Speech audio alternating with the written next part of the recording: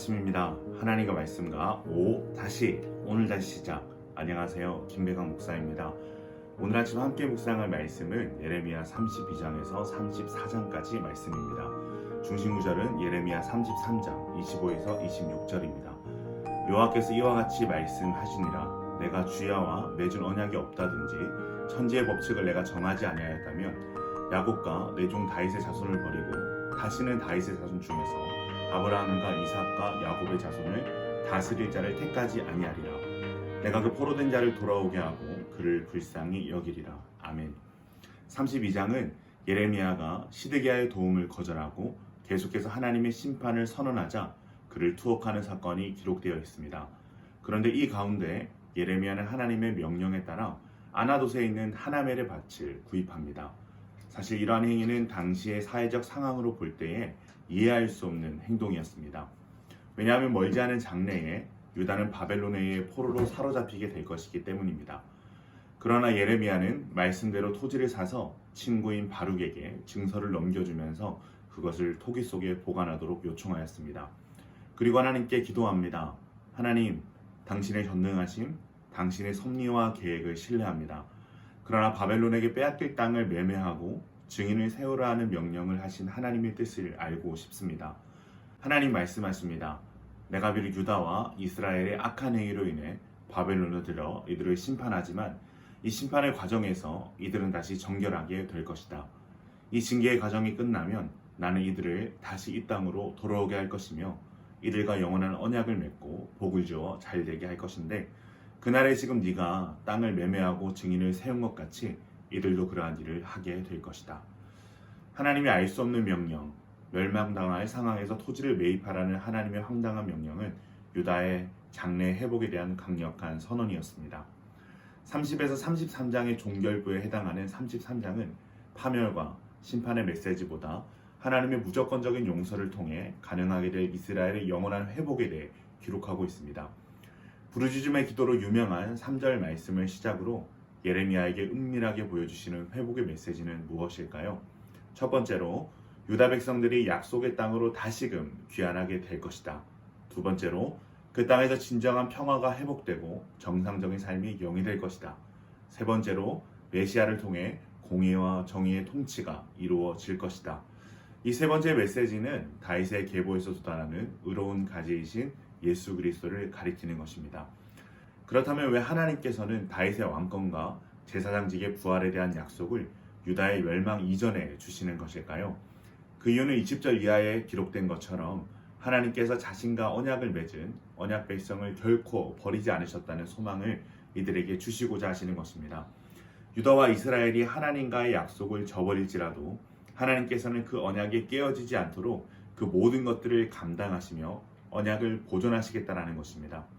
하나님께서는 이 언약에 대한 굳은 의지를 이들에게 선포하시므로 이들이 고통스러운 심판의 과정을 겪는 동안에 참된 언약의 본질을 깨닫고 하나님께로 돌아오기를 원하시고 계십니다. 다음 장인 34장에서 38장까지는 위로의 책이라고 불리는 30에서 33장을 뒤로하고 예루살렘 함락전, 남유다의 어려운 현실을 배경으로 하고 있습니다. 그 중에 34에서 36장은 여호와의 금과 시드기야 시대에 있었던 4개의 에피소드를 통해 예레미야의 사역을 증언하고 있습니다. 그 4개의 에피소드는 다음과 같습니다. 첫 번째는 시드기야의 죽음에 대한 예언과 하나님의 자비, 두 번째는 백성들의 자유와 하나님의 자유, 세 번째는 레갑 족속을 통해 나타난 명령과 순종, 네 번째는 불태워진 두루마리와 하나님의 심판. 첫 번째 에피소드인 1에서 7절은 시드기야에 대한 심판의 메시지인 동시에 은혜와 위로의 메시지라는 두 가지 성격을 가지고 있습니다. 유다의 성읍 중에 라기스와 아세가를 제외하고 모두 바벨론 발 앞에 무너졌고 점점 더 거세게 다가오는 폭풍 앞에 남유다의 운명은 흔들리는 촛불과 같았습니다. 이때 하나님께서는 예레미야를 통해 두 가지 일에 대하여 예언하시는데 먼저는 예루살렘은 바벨론의 손에 붙이실 것과 시드기야가 바벨론에 잡혀갈 것을 말씀하십니다. 그러나 이러한 상황 속에서도 시드기야를 향한 하나님의 자비의 메시지가 등장하는데요. 그것은 바로 시드기야가 평안히 죽을 것과 백성들이 그를 애도할 것이다 라는 것입니다. 이러한 풍정중화 같은 상황에서 어쩌면 다가올 죽음을 생각하고 있던 시드기야에게 하나님의 이 약속하시는 평안한 죽음은 큰 위로가 되었을 것입니다. 두 번째 에피소드인 8에서 22절에는 두 가지 자유가 등장합니다.